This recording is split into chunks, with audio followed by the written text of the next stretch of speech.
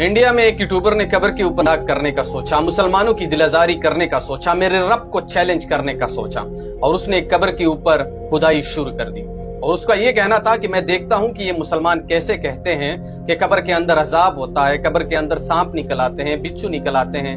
मैं देखता हूं कि कब्र के अंदर क्या निकल आता है। जब कब्र मुकम्मल हो गई, मुकम्मल खुदाई कर दी, उसके बाद दोनों दोस्त इस कब्र के अंदर नीचे उतर गए। उसने चार्जिंग लगाई, लाइट लगाई, मुकम्मल सेटअप बराबर कर दिया और उसने कहा कि मैं पूरी रात दोस्त के साथ इस कब्र के अंदर गुजारूंगा।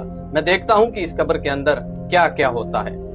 लेकिन मेरे रब को कुछ और ही मंजूर था। जैसे ही ऊपर के लोगों ने उस कब्र को मुकम्मल तौर पर दफन कर दिया, उसके बाद तेज आंधी बारिश आती है। जैसे ही बारिश आती है तो उसके ऊपर जो दोस्त बैठे हुए थे उसने टेंट लगाने की कोशिश की, लेकिन मेरे रब को कुछ और ही मंजूर था।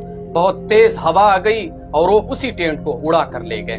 उसके बाद जो ऊपर कब्र के ऊपर जो दोस्त बैठे हुए थे उसने उस कब्र को खुदाने की कोशिश की कि ये तो बहुत ज्यादा तेज बारिश आ गई, अब मसला हो सकता है, जैसी भी हो हम इस कब्र को खोद दें और अपने दोनों दोस्तों को बाहर निकल आए। लेकिन मेरे रब को कुछ और ही मंजूर था। उसके बाद जैसे ही उसने कब्र को खुदाने की कोशिश की तो वहां पे तेज जल्लाबारी शुरू हो गई। जैसे ही जल्लाबारी शुरू हो गई तो वहां पे जितने भी लोग उस कब्र की खुदाई कर रहे थे वो सब भाग दौड़ने में कामयाब हो गए। उसके बाद जो नीचे दो दोस्त बैठे हुए थे कब्र के अंदर, ये नीचे आप वीडियो में देख सकते हैं, कब्र के अंदर बड़ी मिकदार में पानी जमा होना शुरू हो गया।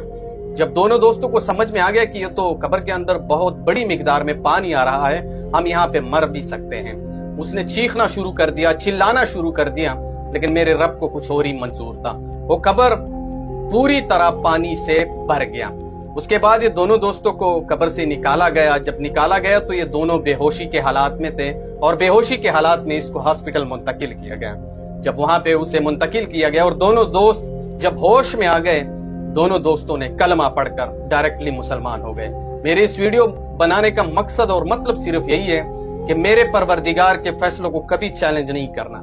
मेरा परवरदिगार, मेरा रब बहुत बड़ा है और वो जो चाहे कर सकता है। इस वीडियो को आगे शेयर करो, जहां पे भी हो खुश रहो। अल्लाह हाफिज।